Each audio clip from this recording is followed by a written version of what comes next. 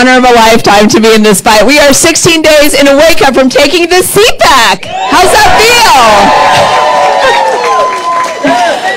I couldn't do this alone, though, and I always talk about politics being a team sport, and having each and every one of you on my team has just been truly a privilege for me. I look out in the crowd, and I see people who I know have stopped by our office, people who I know have knocked doors with us on the weekends, people who have been in our commercials, people who brought me meals. I've got neighbors bringing me meals at night these days because I am certainly not home cooking. So thank you to each and every one of you who has done your part, but we're going to get this done. It is a fight like no other. Like, I've done a lot of things in my life, but gosh, this is a fight like no other. It is a fight truly for our country this time, and I feel so strongly about it. And having sat through that in Richmond, that what I call the danger and insanity of one-party political rule, that fight is real to me. I've had a front row seat. The fight is still so real to me, and I look at the way that our current congresswoman, my opponent, how she has behaved the past couple of weeks. I mean, who watched that debate?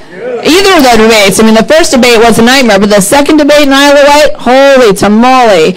That was unhinged is certainly the word of the day. I have never in my life sat with someone who was just screaming at me for literally 2 hours and 15 minutes. So that was conduct that was, yes, truly unbecoming, but that's what's wrong with politics these days, to have someone that acts like that to another female naval officer right next to me. She made fun of my couch. She made fun of my minivan. She made fun of my family in that last debate. We don't do that. We don't do that, right?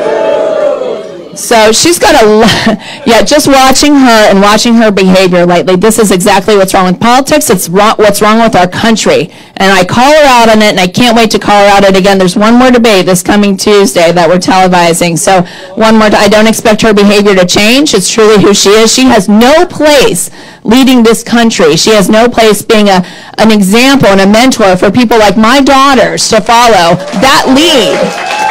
We can do better than that.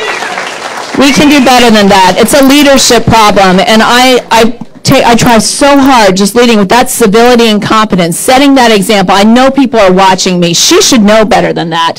So that's what's most upsetting to me recently. But there's a reason why she's acting like that, because she's losing and she knows it. So a lot of desperation out there. I mean, you guys have seen the television commercials. Those are unhinged as well. It's been crazy on TV. I mean, but every time I turn on the TV these days, national news. We're on national news, right? Because VOO2, this is where it's at. This is really the beast of the belly, or the belly of the beast, right? I mean, this is the fight for the country right here. So goes Virginia's 2nd District, so goes the U.S. House, so goes the country. We know that. We knew it last year. We knew everybody was watching, and we got it done together. We saw the great victories we had last November with Governor Youngkin and Lieutenant Governor Sears and Jason Miyares, and what great victories, flipping our House. Everybody's watching us again. Everybody's still watching. We've been working our tails off. I have been for 19 months, right? I give 110% every single day. I feel like the rest is up to God, but I need you guys now. I need all of you to do your part. It's time for everybody to show up and vote, right? Those are the things we need. It's going to be that close. The polls are out. The polls have us neck and neck, right? Some polls we're ahead. I haven't seen anywhere we're behind, but it's so close right now. So every single vote counts. And that's why I need each and every one of you in this room and every single one of your friends to show up and vote, because that's how we win. But, the reasons I run, I talk about this every time, and just to remind you, and I've run a whole campaign off restoring American strength. I feel like we're in a place of weakness, and that's really just been a cornerstone of my campaign. Restoring strength in our economy, I talk about it every single time, because that's where Americans are hurting. That's what's going to drive voters out. That's what we need to change the most. We've got to get our economy back on the right track. I'm sick of paying 2 and 3 times the prices that I paid at the grocery store than what I paid before Joe Biden was in office. I'm sick of paying $5 for gas for me and my kids and my minivan. We can do better than that. We can be domestic energy producers and exporters like we were. We've got to stop that wasteful spending. The trillions of dollars, $5 trillion we totaled the other day is how much the Biden administration has spent. My opponent not only votes for that, she never bad talks. She never speaks out against what President Biden has done. She is silent in those times. We've got to change that, restore strength in our economy, stopping, again, that wasteful spending. But restoring strength in our borders, too. I mean, that I talk about visiting the border. That border is not secure.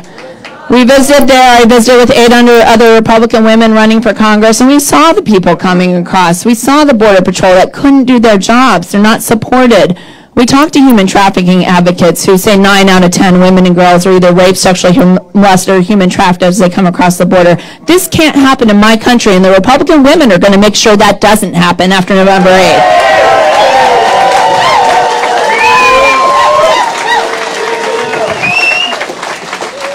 And then such a personal reason why I run is restoring strength in our military. My son was home from the Naval Academy this past weekend. I was able to have dinner with he and his friends last night. And it hurts my heart to listen to their stories that they're telling these kids. First of all, they're preparing them for China. They know that this is a true threat. They're preparing them mentally, which scares me to death as a mom, right? But then I look at the state of our fleet right now, and I hear their stories of the ships that for a year have been in a state of disrepair, their comm systems that are down. The ship repair industry, which is so huge here in Hampton Roads, they can't get their job done because of the defense budget. And I've got a congresswoman who's had a seat at the table as the vice chair of the Armed Services Committee, and she's been in the majority party that controls those purse strings, and she hasn't gotten it done. So she needs to be replaced. I can't wait to replace her.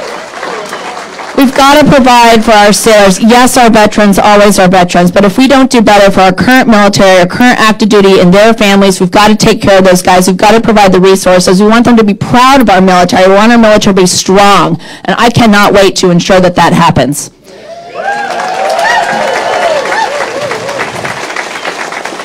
But another area we need to restore strength is in our communities, and this is what we ran off of last year, and there's really 2 areas. One is the safety in our communities and crime, and we're seeing those record-breaking crime rates that's affecting each and every one of our communities. Across my Senate office, we had a woman shot broad daylight getting gas at the gas for no, and that's in Haygood.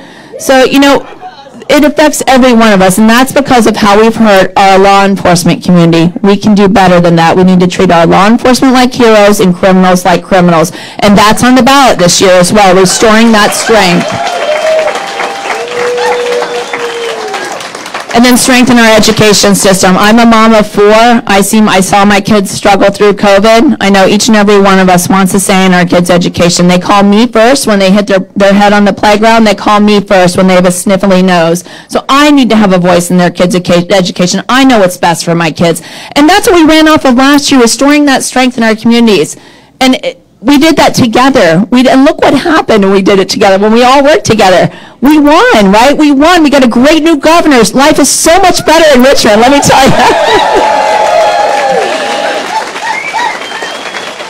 It's night and day compared to my first 2 years in the Senate. But we got a new governor. We got a new lieutenant governor who leads our Senate. We got a new attorney general. We got a new House of Delegates. So it's a new day in Virginia.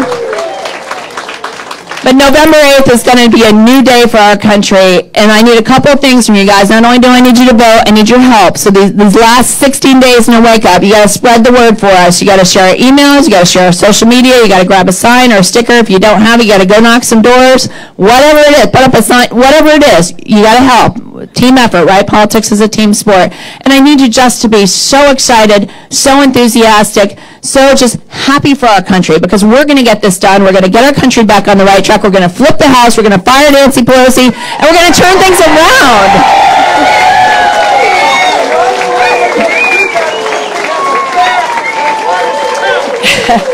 And we're going to lead by example, right? That's the leadership that I believe in, leading by example, setting a good example for all Americans to follow. We can do this, and we can do this together.